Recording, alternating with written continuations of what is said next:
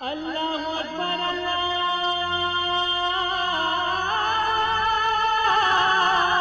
اکبر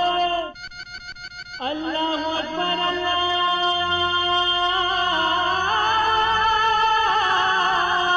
اکبر۔ السلام علیکم ورحمۃ اللہ وبرکاتہ۔ الحمد للہ رب العالمین والصلاة والسلام علی رسولہ الکریم وعلی آلہ وصحبہ اجمعین، اما بعد۔ میرے دوستو، بزرگوں، اسلامی بھائیوں اور بہنوں، آج مورخہ 21 رمضان المبارک 1441 ہجری، 15 مئی 2020 عیسوی، 2 گتے جیٹھ 2077 بکرمی جمعہ کا دن، میں محمد مستقیم مدنی صدائے حق کا پروگرام لے کر حاضر ہو گیا ہوں، جو ہر روز اللہ کے فضل و کرم سے junk Nandini FM 95.5 mega hertz پر 1:30 بجے دن سے 2:15 بجے تک چلتا ہے۔ معمول کے مطابق آج بھی آپ پروگرام کے آغاز میں تلاوت قرآن مجید سماعت فرمائیں گے، پھر ایک خوبصورت سی نظم اور پھر ایک عالم کی تقریر سماعت فرمائیں گے۔ تو لیجئے پروگرام کے شروع میں تلاوت قرآن مجید سماعت فرمائیں۔ اعوذ باللہ من الشیطان الرجیم، بسم اللہ الرحمن الرحیم۔ وَإِذْ قُلْنَا ادْخُلُوا هَٰذِهِ الْقَرْيَةَ فَكُلُوا مِنْهَا حَيْثُ شِئْتُمْ رَغَدًا وَادْخُلُوا الْبَابَ سُجَّدًا وَقُولُوا حِطَّةٌ نَغْفِرْ لَكُمْ خَطَايَاكُمْ وَسَنَزِيدُ الْمُحْسِنِينَ فَبَدَّلَ الَّذِينَ ظَلَمُوا قَوْلًا غَيْرَ الَّذِي قِيلَ لَهُمْ فَأَنزَلْنَا عَلَى الَّذِينَ ظَلَمُوا رِجْزًا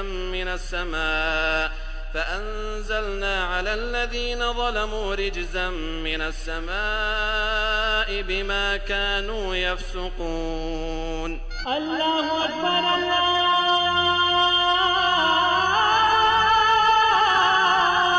اکبر۔ بعدہ ایک نظم جس کا بول ہے: سب گنہ بخش والو شب قدر ہے، اپنے رب کو منا لو شب قدر ہے۔ یہ نظم سماعت فرمائیں۔ سب گنہ بخش والو شب قدر ہے، سب گنہ بخش والو شب قدر ہے، اپنے رب کو منا لو شب قدر ہے۔ سب گنہ بخش والو شب قدر ہے، اپنے رب کو منا لو شب قدر ہے۔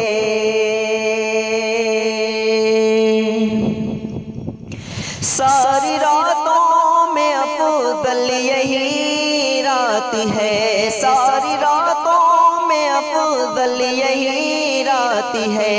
ہر طرف رب کی رحمت کی برسات ہے، ہر طرف رب کی رحمت کی برسات ہے، رحمتوں میں نہا لو شب قدر ہے، رحمتوں میں نہا لو شب قدر ہے،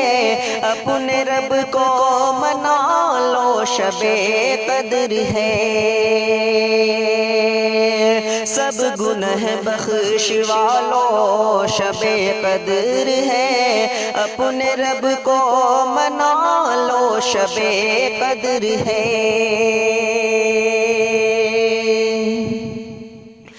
طاق راتوں میں قرآن کو نازل کیا،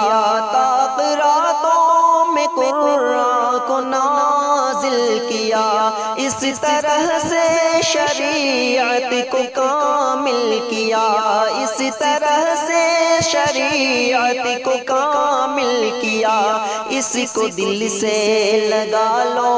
شب قدر ہے، اس کو دل سے لگا لو شب قدر ہے، اپنے رب کو منا لو شب قدر ہے۔ سب گنہ بخش والو شب قدر ہے، اپنے رب کو منا لو شب قدر ہے۔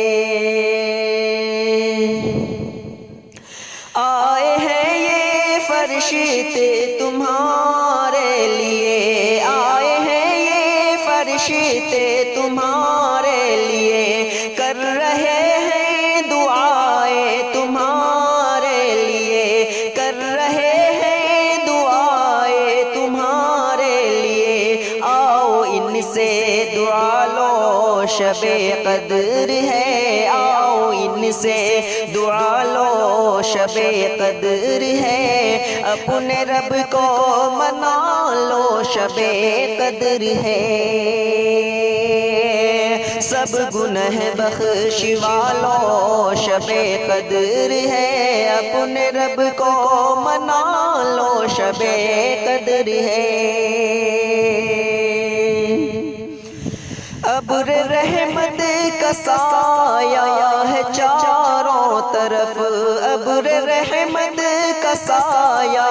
ہے چاروں طرف، جلوہ رب نے دکھایا ہے چاروں طرف، جلوہ رب نے دکھایا ہے چاروں طرف، اپنا دامن بچھا لو، شب قدر ہے،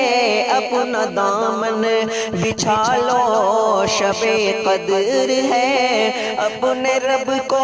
منا لو، شب قدر ہے۔ سب گناہ بخش والو، شب قدر ہے، اپنے رب کو منا لو، شب قدر ہے۔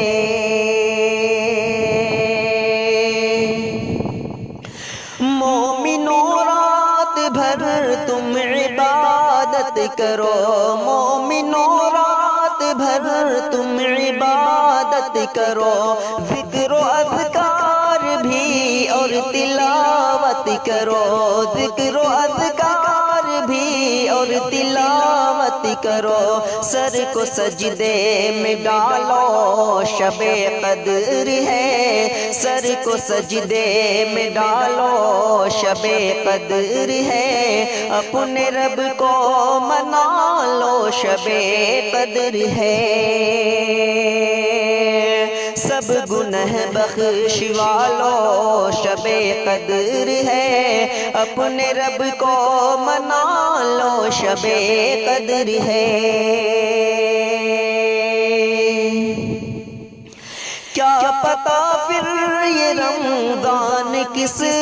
کو ملے، کیا پتا پھر یہ رمضان کس کو ملے، ختم دل سے کرو سارے شکوے گلے، ختم دل سے کرو سارے شکوے گلے، نور خود کو بچا لو، شب قدر ہے، نور خود کو بچا لو،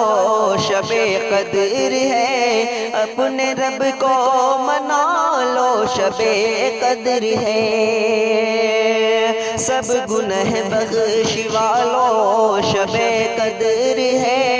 سب گناہ بخش والو، شب قدر ہے، اپنے رب کو منا لو، شب قدر ہے، اپنے رب کو منا لو، شب قدر ہے۔ دوستو، نور حسن نور سلفی صاحب کی تخلیق کردہ شب قدر کے موقع سے یہ خوبصورت سی منظوم کلام ابھی آپ امجد آدھری کی آواز میں سماعت کر رہے تھے۔ اس طرح کی محنتیں اور اس طرح کی کوششیں آپ کو کیسی لگتی ہے؟ اپنے قیمتی تاثرات اور خیالات کا اظہار ضرور کریں۔ اگر آپ اپنے قیمتی تاثرات اور خیالات کا اظہار کرنا چاہتے ہیں تو پھر تاخیر مت کیجیے، موبائل اٹھائیے اور ڈائل کیجیے 8434196911 اور کھل کر کیجیے اپنے تاثرات کا اظہار۔ انہیں چند کلمات کے ساتھ ہمیں دیجیے اجازت۔ السلام علیکم ورحمۃ اللہ وبرکاتہ۔ اللہ حافظ۔ اللہ اکبر، اللہ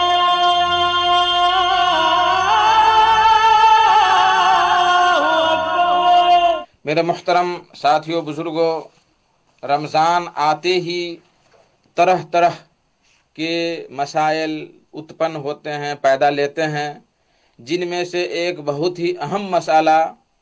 دعائے قنوت میں اللہم اہدینی کہا جائے یا اللہم اہدنا فیمن ہدیت کہا جائے۔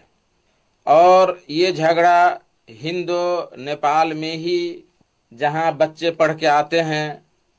اور وہ لوگ اس پر زیادہ اعتراض کرتے ہیں، تو اس ضمن میں 2-3 منٹ آپ لوگوں کی خدمت میں پیش کرنا چاہ رہا ہوں۔ دیکھیے، اللہم اہدنا فیمن ہدیت جمع کے صیغہ کے ساتھ صحیح ابن حبان حدیث نمبر 722، طبرانی کی کتاب الدعا حدیث نمبر 735، اور طبرانی ہی کی کتاب المعجم الکبیر حدیث نمبر 2700، اور امام حیثمی کی کتاب موارد الزمان حدیث نمبر 512، سنن بہقی سنن کبریٰ للبہقی 3401 حدیث نمبر۔ ان احادیث کی کتابوں کے علاوہ بھی دیگر کتب میں جمع کے صیغہ کے ساتھ آیا ہے، اور حضرت حسن رضی اللہ تعالی عنہ جو امام ترمذی رحمہ اللہ کی کتاب سنن ترمذی میں ہے واحد صیغہ کے ساتھ، اس میں، اور وہ بھی روایت حسن ہی کی ہے جس میں کہتے ہیں کہ ہمیں نبی صلی اللہ علیہ وسلم نے سکھلایا، اور وہ جمع کے صیغہ کے ساتھ ہے، اور امام ترمذی کے نزدیک واحد کے صیغہ کے ساتھ ہے، یعنی اللہم اہدینی امام ترمذی کے یہاں اور اللہم اہدنا ان لوگوں کے پاس ہے۔ اور جمع کے صیغہ والی روایت کو شیخ البانی رحمہ اللہ نے صحیح قرار دیا ہے، ارواء الغلیل حدیث نمبر 2074،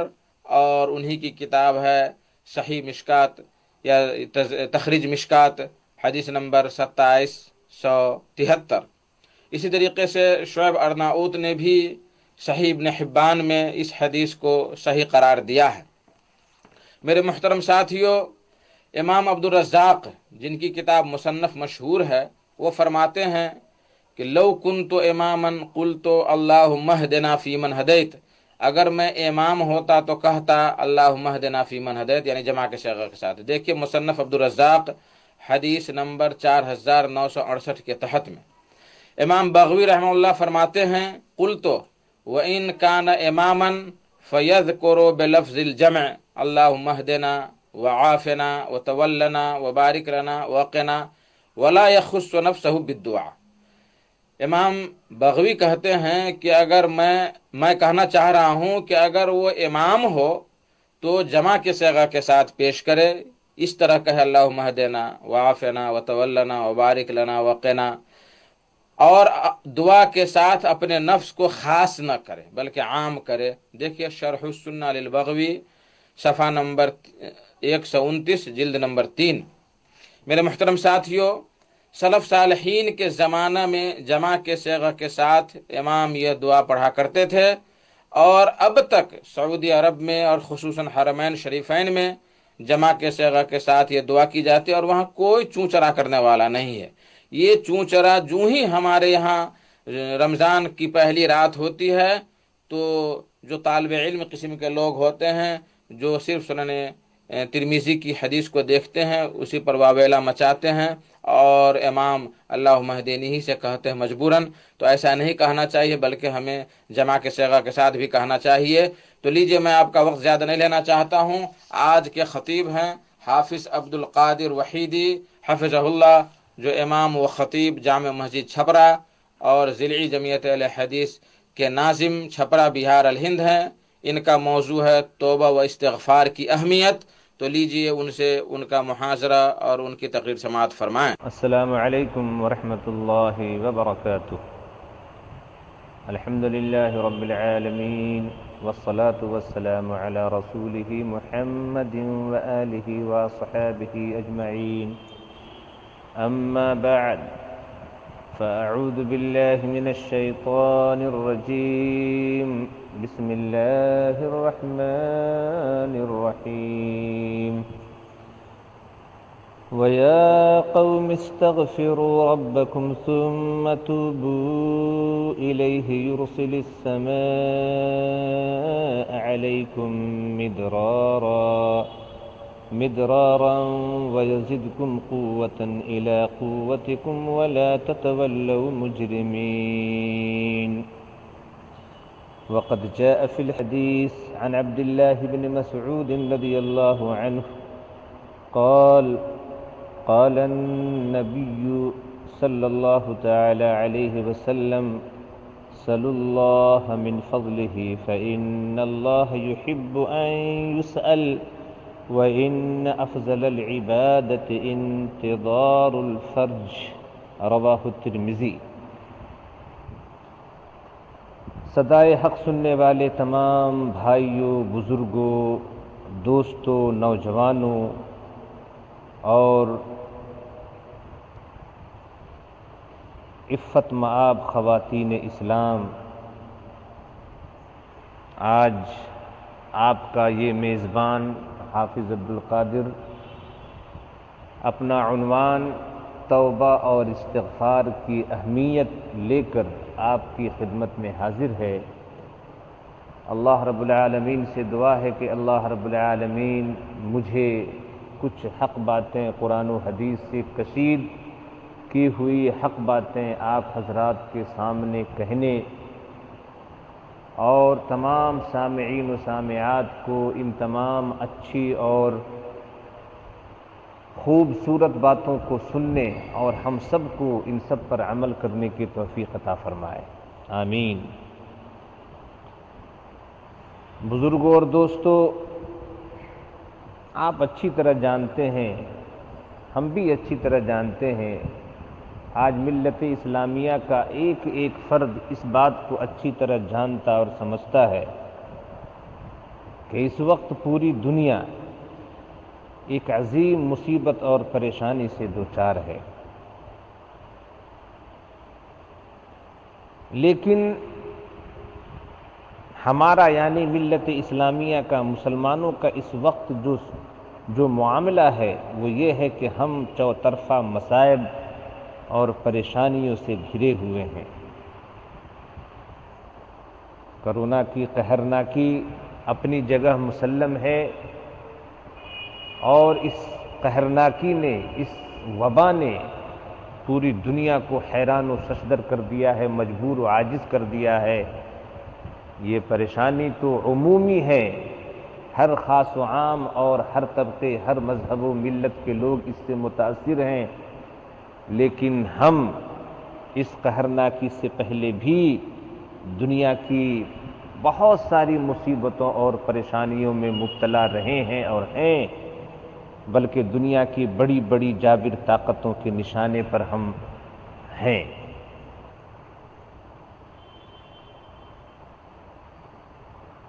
اور یہ اللہ کے نبی صلی اللہ تعالی علیہ وسلم کی اس پیشن گوئی کے مطابق یہ نظر آتا ہے، جس میں آپ نے فرمایا تھا کہ آنے والے دنوں میں، آنے والے زمانے میں دنیا کی طاقتیں تمہارے اوپر اے مسلمانوں ایسے ٹوٹ پڑیں گی جیسے بھوکے لوگ دسترخوان پہ کھانے پہ ٹوٹ پڑتے ہیں۔ اس پیشن گوئی کی روشنی میں ہم دیکھ رہے ہیں کہ دنیا کی جابر طاقتیں، یہودی اور یہود و ہنود کی طاقتیں ہم پر مربھکوں کی طرح ٹوٹ پڑنا چاہتی ہیں، بلکہ ہمارے وجود کے در پہ ہیں، ہمارے وجود کو ختم کر دینا چاہتی ہیں، جس کی سینکڑوں ہزاروں مثالیں ہیں، اور ہر درد مند آدمی ان مثالوں کو سمجھتا ہے، جانتا ہے، مثالیں دینے کی ضرورت نہیں ہے، ہر خاص و عام اس کو بخوبی سمجھتا اور جانتا ہے۔ تو یہ جو مصائب ہیں، یہ جو پریشانیاں ہیں، یہ جو مصیبتیں ہیں، پے در پے نت نئی پریشانیاں، نت نئی مصیبتیں اور آزمائشیں جو مسلمانوں کو مل رہی ہیں، مسلمان جن سے نبرد آزما ہے، مسلمان جس سے پریشان ہے، اور خاص طور سے یہ کرونا کی جو قہرناکی ہے، یہ جو وبا ہے، یہ جو بیماری ہے، یہ سارے حالات اس بات کے متقاضی ہیں، چیخ چیخ کر کے یہ بات کہتے ہیں، اور یہ حالات کا تقاضا اور مطالبہ ہے کہ مسلمان، مومن، اللہ رب العالمین کی ذات پر ایمان رکھنے والا، توحید کا قائل، توحید و رسالت کے جذبات سے سرشار اور لبریز رہنے والا دل ایسی حالت کے اندر جب دیکھ رہا ہے کہ مصائب و پریشانی ہے تو اسے چاہیے کہ وہ اللہ رب العالمین کی طرف جھک جائے، توبہ کرے، استغفار کرے، اللہ رب العالمین کے سامنے روئے، اپنے گناہوں کی معافی مانگے، اور اللہ رب العالمین کی طرف مسابقت کرے، انابت اللہ کی طرف مائل ہو، کیونکہ یہی ایک راستہ ہے اللہ رب العالمین کو راضی کرنے کا، ان پریشانیوں سے بچنے کا، ان مصیبتوں سے بچنے کا یہی ایک راستہ ہے کہ ہم اللہ رب العالمین کی طرف رجوع کریں۔ دیکھیے اللہ رب العالمین نے سورہ ہود کی آیت نمبر 52 کے اندر فرمایا، اللہ فرماتا ہے وَيَا قَوْمِ اسْتَغْفِرُوا رَبَّكُمْ ثُمَّ تُوبُوا إِلَيْهِ يُرْسِلِ السَّمَاءَ عَلَيْكُمْ مِدْرَارًا وَيَزِدْكُمْ قُوَّةً إِلَىٰ قُوَّتِكُمْ وَلَا تَتَوَلَّوْا مُجْرِمِينَ۔ اے میری قوم کے لوگوں، اپنے پروردگار سے معافی مانگو اور پھر اسی کے آگے توبہ کرو، اسی کے سامنے رو گڑ گڑاؤ، معافی بھی مانگو، استغفار بھی کرو، توبہ بھی کرو۔ اس کا فائدہ یہ ہوگا کہ وہ تم پر موسلا دھار بارش برسائے گا، اور جو تمہاری طاقت ہے، تمہاری جو قوت ہے، ابھی موجودہ جو قوت ہے جس میں کمزوری ہے، وہن ہے، کمزور ہو رہے ہو تم، تو اس قوت کو بڑھائے گا، اس کمزوری کو طاقت سے بدل دے گا، اور تمہاری طاقت کے اندر مزید اضافہ فرمائے گا۔ ساری دوائیں موجود ہیں، ساری جتنی بھی پریشانیاں ہیں، ان پریشانیوں کا حل اللہ رب العالمین نے قرآن مجید کے اندر بتا دیا ہے، لیکن مسلمانوں کو بات سمجھ نہیں آتی، ہم کو بات سمجھ نہیں آتی، نوجوانوں کو بات سمجھ نہیں آتی، اور وہ اس آفاقی پیغام پر لبیک کہنے کے لیے تیار نہیں ہیں، اپنی حالت زار کے اندر تبدیلی کرنے کے لیے تیار نہیں ہیں، بلکہ جس طریقے سے خواہشات نفسانی سے مغلوب ہو کر کے آزادانہ زندگی گزارنے کے عادی تھے، وہی صبح ہے، وہی شام ہے، وہی دن ہے، وہی رات ہے۔ مولانا الطاف حسین حالی نے بہت پہلے اس قوم کا مرثیہ کہا تھا، مسدس پڑھ لیجئے، انہوں نے کہا تھا یہی حال دنیا میں اس قوم کا ہے،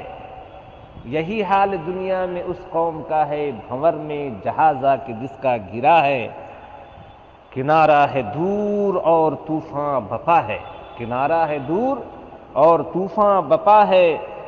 گماں ہے یہ ہر دم کہ اب ڈوبتا ہے، نہیں لیتے کروٹ مگر اہل کشتی،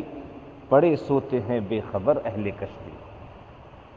طوفان سر سے گزرا چلا جا رہا ہے، حالات بد سے بدتر ہوتے چلے جا رہے ہیں، لیکن عمومی اعتبار سے مسلمانوں کے اندر اللہ رب العالمین کی طرف رجوع کرنے، اس سے توبہ کرنے، استغفار کرنے کا جذبہ پیدا نہیں ہو رہا ہے۔ یہ بہت افسوس کی بات ہے۔ مسلمانوں، جس قدر جلد ممکن ہو سکے اپنی ذلت و خواری کو مزید گہرا کرنے سے پہلے عزت و سربلندی اگر چاہتے ہو تو اللہ رب العالمین کی طرف دوڑو، سارعوا الی مغفرۃ من ربکم، اللہ رب العالمین کی بخشش کے لیے دوڑ لگا دو، اور جنت کے حاصل کرنے کے لیے دوڑ لگا دو، وہ جنت جس کی چوڑائی ایسی اور ایسی ہے۔ اور اللہ کے نبی صلی اللہ علیہ وسلم نے فرمایا صلی اللہ من فضلہ، اللہ رب العالمین سے اس کے فضل کا سوال کرو، اس کی مہربانی کا سوال کرو،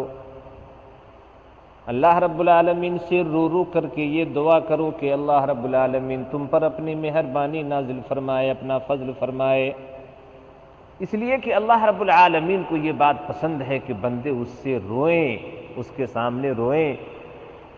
اس سے سوال کریں، اس سے مانگیں۔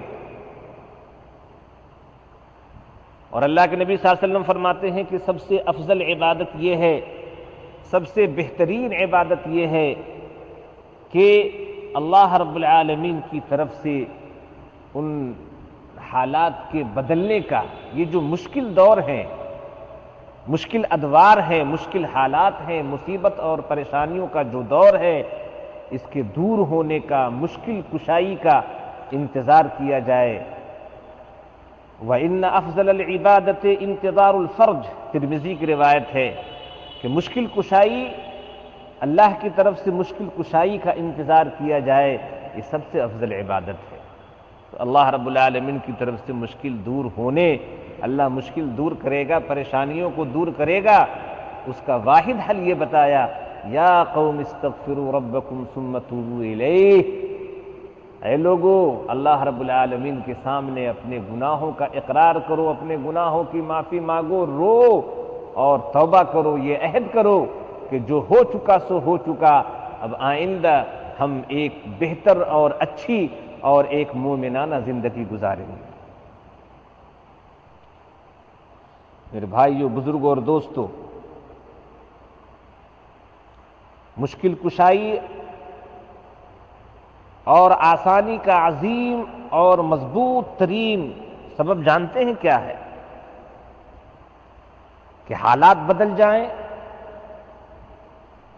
اور آپ کے لیے مشکل کی جگہ پر، یہ پریشانیوں کی جگہ پر، ہمارے لیے جو پریشانیاں اس کی جگہ پر حالات آسان ہو جائیں، ہمارے فیور میں ہو جائیں، ہمارے حق میں ہو جائیں، اس کا بہترین اور مضبوط ذریعہ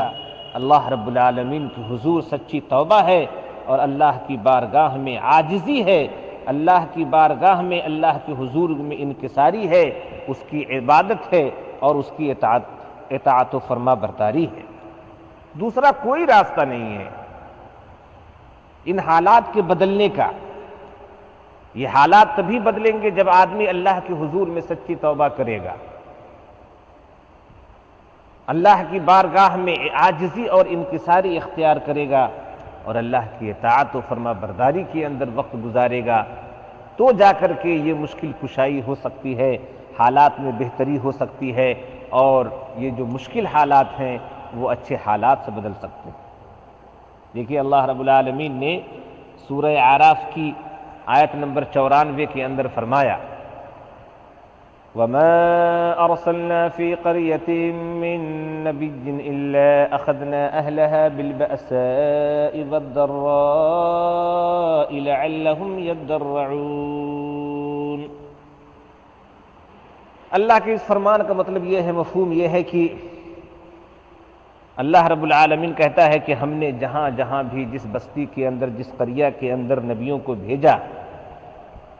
اور وہاں کے لوگوں نے ان نبیوں کے پیغامات کو، اللہ رب العالمین کی طرف سے آنے والے پیغامات کو جب رد کر دیا، اس کی تردید کی، اس کو جھٹلایا، تو اس کے نتیجے میں ہم نے وہاں رہنے والوں،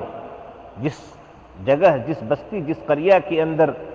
جس بستی کے اندر نبی کو بھیجا گیا، ان کی دعوت کو جھٹلانے کے نتیجے میں ہم نے اس بستی کے رہنے والوں کو سختی اور تکلیف میں مبتلا کیا،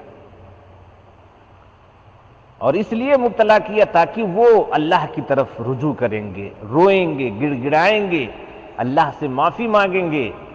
اور بہتر حالت کی دعا کریں گے۔ اس لیے ہم نے ان کو سختی اور پریشانی کے اندر مبتلا کیا۔ لیکن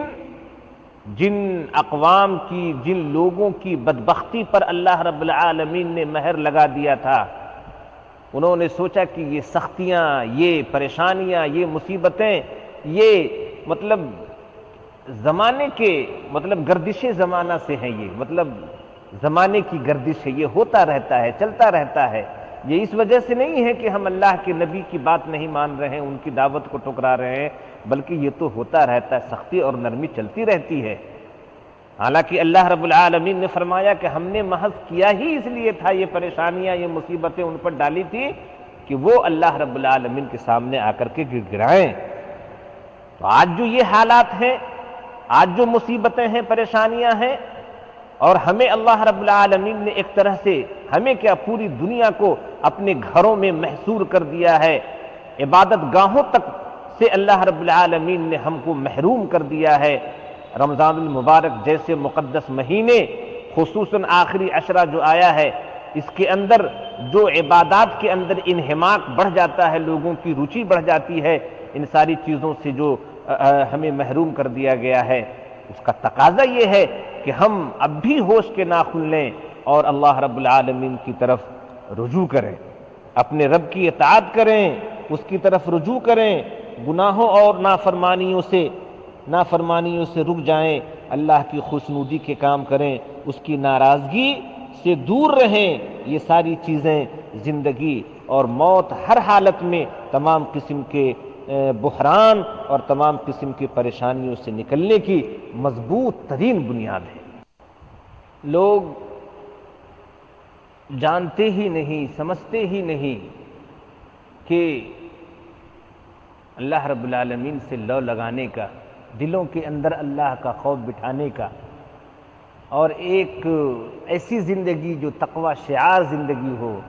اس کے فوائد کیا ہیں، ان سے فائدہ کیا ہوتا ہے، یہ لوگ نہیں جانتے، نہیں سمجھتے، اس لیے کہ ان کا بہت حد تک علم سے کوئی واسطہ نہیں ہے، قرآن و حدیث کی سے کوئی واسطہ نہیں ہے، یا اس کی صحیح ترجمانی معاشرے میں کرنے والے لوگ بہت کم ہیں۔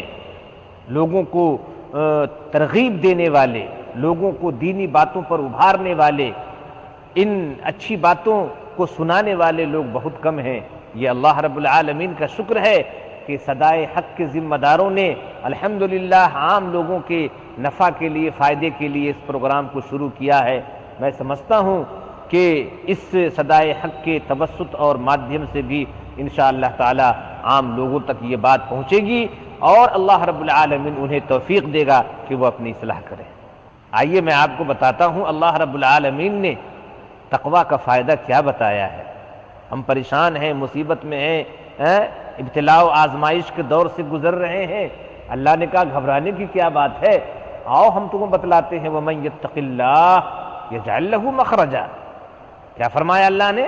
سورہ طلاق کی آیت نمبر 2 کے اندر، وَمَن يَتَّقِ اللَّهَ يَجْعَل لَّهُ مَخْرَجًا، اللہ کا تقوی اختیار کر لو، اللہ سے ڈر جاؤ، اللہ کے حکم کے مطابق عمل کرنے لگو۔ اگر ایسا کرنے لگو گے یجعل لہ مخرجا، کوئی پریشانی ہو، کوئی مصیبت ہو، کسی طرح کی آفت ہو، آپدہ ہو، اللہ رب العالمین ساری پریشانیوں سے نکلنے کا راستہ پیدا کر دے گا، مصیبتوں کو دور کر دے گا۔ اللہ رب العالمین کے وعدے پر یقین نہیں ہے؟ یقین ہونا چاہیے۔ اللہ رب العالمین سے بڑھ کر کے کس کی بات سچی ہو سکتی ہے، اور اللہ رب العالمین سے بڑھ کر کے کس کا وعدہ سچا ہو سکتا ہے۔ اور اسی سورہ طلاق کی آیت نمبر 4 کے اندر بھی اللہ رب العالمین نے یہی بات ذرا دوسرے انداز سے فرمائی، فرمایا وَمَن يَتَّقِ اللَّهَ يَجْعَل لَّهُ مِنْ أَمْرِهِ يُسْرًا، جو آدمی اللہ کا تقوی اختیار کرتا ہے تو اللہ رب العالمین، اللہ تعالیٰ اس کا سارا معاملہ آسان فرما دیتا ہے۔ اور جس آسانی کی ضرورت تم کو ہے، جو آسانی اپنی زندگی میں مسلمان چاہتا ہے، یہ تنگی، یہ ترشی، یہ تنگ دستی، یہ مصائب، یہ پریشانیاں، یہ خارجی دباؤ، یہ دشمنان اسلام کا دباؤ، چار طرف سے جو تمہارے اوپر یلغار ہو رہی ہے، ان ساری پریشانیوں کو اللہ رب العالمین دور کر کے تمہاری زندگی کو آسان بنا دے گا۔ آؤ اللہ کا تقوی اختیار کر لو، اللہ رب العالمین سے ڈر جاؤ۔ دیکھیے جن لوگوں نے اللہ رب العالمین کا تقوی اختیار کیا، جو لوگ اللہ رب العالمین سے مخلص رہے، جی لگا کر کے دل کی گہرائی سے اللہ کے حضور میں توبہ کیا، اپنے گناہوں کی معافی مانگی، اللہ سے روتے رہے، گڑ گڑاتے رہے، تو اللہ رب العالمین نے کس طرح ان کی توبہ قبول فرمائی، اور اس توبے کو اللہ رب العالمین نے مثالی توبہ قرار دیا۔ غزوہ تبوک سے پیچھے رہ جانے والے جو 3 مخلص صحابہ کرام تھے، حضرت کعب بن مالک، حضرت ہلال بن امیہ اور حضرت مرارہ ابن ربیع، اللہ کے نبی صلی اللہ علیہ وسلم جب تبوک سے واپس آئے ہیں، ان تینوں سے بھی آپ نے پوچھا کہ بھئی آپ لوگ کیوں نہیں جا سکے، جبکہ عام اعلان ہوا تھا، آپ لوگوں کی غیر حاضری کی وجہ کیا ہے؟ جنہوں نے کوئی جھوٹ، کسی طرح کا نفاق، کسی طرح کی ملمہ سازی گفتگو کے اندر کرنے کے بجائے صاف صاف کہہ دیا کہ اللہ کے نبی ہمارے ساتھ کوئی پریشانی نہیں تھی، ہمارے ساتھ کوئی مصیبت نہیں تھی، بس غفلت و سستی کی وجہ سے ہم نہیں جا سکے، آج کل کرتے رہے، آج کل کرتے رہے، نتیجہ یہ ہوا کہ ہم نہیں جا سکے، وقت نکل گیا اور آپ تبوک سے واپس آ گئے۔ تو اللہ کے نبی صلی اللہ علیہ وسلم نے کہا کہ پھر آپ لوگ یہاں سے جائیے، اٹھیے، اللہ رب العالمین کے حکم کا انتظار کیجیے۔ دیکھیے قرآن مجید نے اس کا نقشہ کھینچا ہے۔ سورہ توبہ کی آیت نمبر 118 کے اندر اللہ فرماتا ہے وَعَلَى الثَّلَاثَةِ الَّذِينَ خُلِّفُوا حَتَّى إِذَا ضَاقَتْ عَلَيْهِمُ الْأَرْضُ بِمَا رَحُبَتْ وَضَاقَتْ عَلَيْهِمْ أَنفُسُهُمْ وَظَنُّوا أَن لَّا مَلْجَأَ مِنَ اللَّهِ إِلَّا إِلَيْهِ ثُمَّ تَابَ عَلَيْهِمْ لِيَتُوبُوا إِنَّ اللَّهَ هُوَ التَّوَّابُ الرَّحِيمُ۔ آج اگر معاشرے کے اندر کسی کا اس کی اصلاح کے لیے، سماجی بھلائی کے لیے اگر کسی کا وقتی طور سے انقطاع کر دیا جائے، اس کا سوشل بائیکاٹ کر دیا جائے، تو وہ سازشوں میں لگ جاتا ہے، وہ گروپ بندی میں لگ جاتا ہے، اپنی اصلاح کی طرف لوگ توجہ نہیں کرتے بلکہ سازشوں کے جال بننے لگتے ہیں۔ لیکن ان صحابہ کرام کو، ان نفوس قدسیہ کو، ان پاکیزہ جماعت کے لوگوں کو دیکھیے، اللہ رب العالمین کے چنندہ لوگ ہیں جن کو اللہ رب العالمین نے اپنے نبی، اپنے پیارے نبی علیہ الصلوۃ والسلام کی مصاحبت اور رفاقت کے لیے چنا تھا۔ وہ صرف اللہ پر لو لگائے ہوئے تھے، اللہ سے روتے تھے دن رات۔ 50 دن گزر گئے اللہ سے توبہ کرتے ہوئے، استغفار کرتے ہوئے، روتے ہوئے، کوئی ان سے بات نہیں کرتا تھا، کوئی ان سے سلام نہیں کرتا تھا، حتیٰ کہ ان کے سلام کا جواب نہیں دیتا تھا۔ لیکن یہ بندگان خدا، یہ مردان حر ڈٹے رہے میدان کے اندر، اللہ سے اخلاص کے ساتھ توبہ کرتے رہے۔ اللہ رب العالمین نے 50 دن کے بعد ان کی توبہ قبول فرمائی، اور اس کا ذکر جو ہے سورہ توبہ کی آیت نمبر 118 کے اندر فرمایا وَعَلَى الثَّلَاثَةِ الَّذِينَ خُلِّفُوا، اور ان 3 آدمیوں پر بھی اللہ رب العالمین نے مہربانی فرمائی جن کا معاملہ ملتوی کر دیا گیا تھا، مؤخر کر دیا گیا تھا۔ اللہ کے نبی نے فرمایا جاؤ اللہ کے حکم کا انتظار کرو۔ آج مصیبتوں سے لوگ گھبرا جاتے ہیں، طرح طرح کی باتیں بنانے لگتے ہیں، لیکن یہ جو حالات، یہ جو ماحول آج بظاہر مسلمانوں کے خلاف نظر آتے ہیں، اور ہم اور آپ پریشانیاں محسوس کر رہے ہیں، گھٹن محسوس کر رہے ہیں، اگر آپ دیکھیں تو اس کے اندر بھی اللہ رب العالمین کی ایک رحمت ہے۔ وہ رحمت کیا ہے؟ اللہ رب العالمین ہم کو اپنے سے قریب کرنا چاہتا ہے۔ اللہ رب العالمین اپنی رحمت کے سائے میں لانا چاہتا ہے کہ بندے کو ڈرائیں گے، تھوڑا سا پریشان کریں گے، گھبرائے گا، مصیبتوں سے ذرا کیا کہتے ہیں کہ اس کی حالت غیر ہوگی، دوڑ کر کے ہماری طرف آئے گا، رجوع کرے گا ہماری طرف۔ اللہ اکبر! اللہ اپنے پیارے بندوں کو اپنی رحمت کے سائے میں لانا چاہتا ہے۔ کس قدر غفور الرحیم ہے، کس قدر ارحم الراحمین ہے ہمارا رب، کہ اس کی محبت اور اس کے پیار کا انداز بھی ایک نرالا انداز ہے۔ اللہ رب العالمین نے سورہ اعراف کی آیت نمبر 168 کے اندر فرمایا وَبَلَوْنَاهُمْ بِالْحَسَنَاتِ وَالسَّيِّئَاتِ لَعَلَّهُمْ يَرْجِعُونَ، ہم انہیں اچھے اور برے دونوں حالات سے آزماتے ہیں، آزمائش کرتے ہیں ان کی، کبھی نعمتوں کی بارش کر دیتے ہیں، کبھی خوشیاں دیتے ہیں، اور کبھی غم میں مبتلا کرتے ہیں، کبھی نعمتیں چھین لیتے ہیں، کبھی بیماریاں ڈال دیتے ہیں، کبھی قحط سالی ڈال دیتے ہیں، وغیرہ وغیرہ۔ تو اچھے اور برے دونوں طرح کے حالات سے ہم اپنے بندوں کو آزماتے ہیں، اور ہمارا مقصد یہ ہے، اللہ فرماتا ہے ہمارا مقصد یہ ہے لعلہم یرجعون، شاید وہ اللہ کی طرف پلٹ آئیں، مصیبت ہو تو اللہ کی طرف آئیں، پلٹیں، اللہ رب العالمین سے لو لگائیں۔ کیا پیارا انداز ہے، آپ دیکھیں میرے بھائیوں، بزرگوں اور دوستوں۔ لیکن آج صورتحال یہ ہے کہ کہ تمام تر احکامات الہی، اللہ رب العالمین کے وعدے، اللہ رب العالمین کی طرف سے مژدہ جاں فضا اور دنیاوی اور اخروی سعادتوں پہ مبنی جو حکیمانہ باتیں ہیں قرآن و حدیث کی، ان حقائق کے باوجود بھی آج عام لوگ، عام مسلمان ان لوگوں کے نقش قدم پر چل رہا ہے اور ان کی پیروی کر رہا ہے جو صحیح معنوں میں ان کے بدترین دشمن ہیں۔ ہونا یہ چاہیے کہ اللہ اس کے رسول کو اپنا دوست بنایا جائے، ان کی باتوں پر عمل کیا جائے، قرآن و حدیث کی باتوں کو حرز جاں بنایا جائے اور اس سانچے میں اپنے آپ کو ڈھالا جائے۔ لیکن ہم مسلمان ہوتے ہوئے بھی، اپنے آپ کو مسلمان کہتے ہوئے بھی ان لوگوں کی پیروی کر رہے ہیں، ان لوگوں کی ثقافت، ان کے کلچر اور ان کی تہذیب اور ان کے نقش قدم پر چل رہے ہیں جو آج ہمارے سب سے بدترین دشمن ہیں۔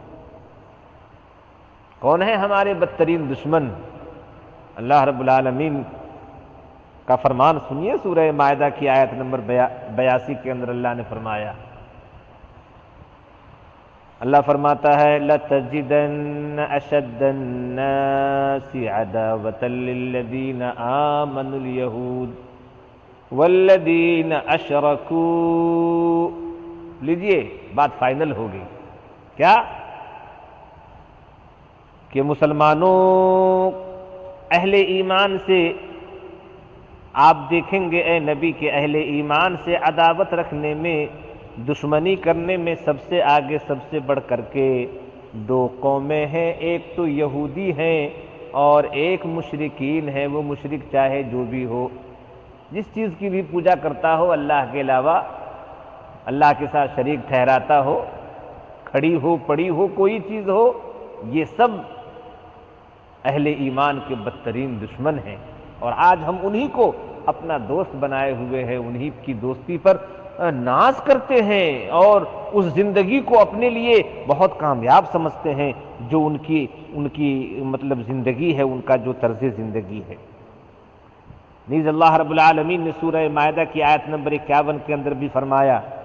لا تتخذوا اليهود والنصارى اولیاء بعضهم اولیاء بعض، یہود و نصارہ کو اپنا دوست نہ بناؤ۔ سورہ ممتحنہ کی پہلی آیت کے اندر فرمایا لا تتخذوا عدوی وعدوکم اولیاء، یہ تمہارے بھی دشمن ہیں اور ہمارے بھی دشمن ہیں، تو اے مسلمانوں، اے مومنوں، میرے دشمن کو اور تم اپنے دشمن کو اپنا دوست کیوں سمجھتے ہو، ان کو اپنا دوست نہ سمجھو۔ اور سورہ آل عمران کی آیت نمبر 119 کے اندر فرمایا ہؤلاء تحبونہم ولا یحبونکم،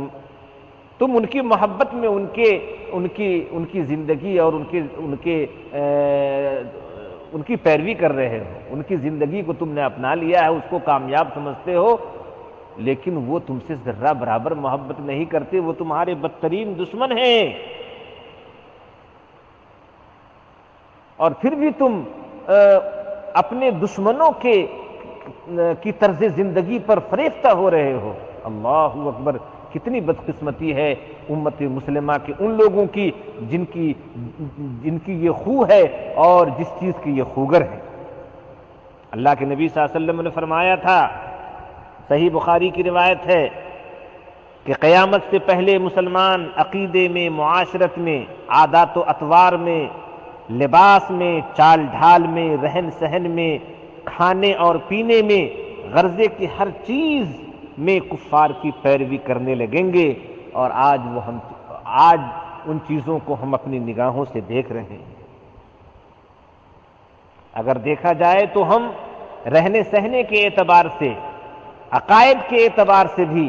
طرز زندگی کے اعتبار سے بھی کافروں کی طرح ہیں۔ حضرت عبداللہ ابن عمر رضی اللہ تعالی عنہما کی روایت، ابو داؤد کی مروی روایت ابو داؤد کی، جس میں اللہ کے نبی صلی اللہ علیہ وسلم نے فرمایا من تشبہ بقوم فہو منہم، جو آدمی کسی قوم کی مشابہت اختیار کرے گا، ان کی طرح کی طرز زندگی، ان کی طرح کی رہائش اور ان کے طرز عمل کے مطابق چلے گا، اختیار کرے گا، تو گویا کہ وہ اسی میں سے ہے۔ یہ مشابہت کن چیزوں کے اندر جن سے منع کیا گیا ہے؟ کفار کی مشابہت سے جو روکا گیا ہے وہ کیا ہیں؟ وہ ہے عقیدہ، عقائد، عبادات، مذہبی شعائر، عادات و ادوار، طرز زندگی۔ یہ نہیں کہ کلمہ پڑھ لیا لا الہ الا اللہ محمد الرسول اللہ، اس کے بعد کافروں کی طرح کپڑا پہن رہے ہیں، کافروں کی طرح کھا رہے ہیں، ناچ گانے میں جا رہے ہیں، جوا کھیل رہے ہیں، شراب پی رہے ہیں اور حرام کام کر رہے ہیں۔ نہیں، لباس پر بھی دھیان دینا ہوگا، طرز زندگی پر بھی توجہ دینی ہوگی۔ عقیدہ تو مست ہے ہی، اس کے علاوہ یہ ساری چیزیں بھی ان مشابہت جن سے کفار کی ہو ان سے روکا گیا ہے اور اس پر سختی سے عمل کرنا ہوگا۔ میرے بھائیو، بزرگوں اور دوستو، کسی قوم کا جب برا وقت آتا ہے، برے حالات آتے ہیں تو آدمی کی مت ماری جاتی ہے، اس کے سوچنے سمجھنے کی طاقت ختم ہو جاتی ہے۔ اور یہی حال آج مسلمانوں کے ساتھ میں اپنی بات ختم کر رہا ہوں اس ایک آیت کے ترجمے کے ساتھ جو سورہ مومنون کی ہے، مومنون کی آیت نمبر 76 ہے۔ اللہ فرماتا ہے وَلَقَدْ أَخَذْنَاهُمْ بِالْعَذَابِ فَمَا اسْتَكَانُوا لِرَبِّهِمْ وَمَا يَتَضَرَّعُونَ، اور ہم نے انہیں عذاب میں پکڑا، پریشانی میں ڈالا، مصیبت میں ڈالا، پھر بھی وہ لوگ اپنے رب کے سامنے جھکنے کے لیے تیار نہیں تھے۔ آج یہی صورتحال مسلمانوں کی ہے، مر رہے ہیں، ہر طرح کی پریشانی جھیل رہے ہیں، مٹ رہے ہیں، اغیار کے مظالم کو برداشت کرنے پر مجبور ہیں، لیکن اللہ سے رجوع نہیں کریں گے، اللہ کی طرف رجوع نہیں کریں گے، توبہ نہیں کریں گے۔ یہ عجیب مسلمانوں کی حالت زار ہے جسے دیکھ کر کے رونا آتا ہے۔ میرے بھائیو، بزرگوں اور دوستو، اللہ کی طرف یہ پریشانی، یہ مصیبتیں، ان کے دور کرنے کا واحد راستہ اللہ کی طرف رجوع ہے، رجوع اللہ کا راستہ ہے۔ آئیے ہم دعا کرتے ہیں اللہ رب العالمین ہم سب لوگوں کو توبہ، استغفار، رجوع اللہ اور انابت اللہ کی توفیق ارزانی عطا فرمائے، آمین۔ والسلام علیکم ورحمۃ اللہ وبرکاتہ۔ اللہ اکبر، اللہ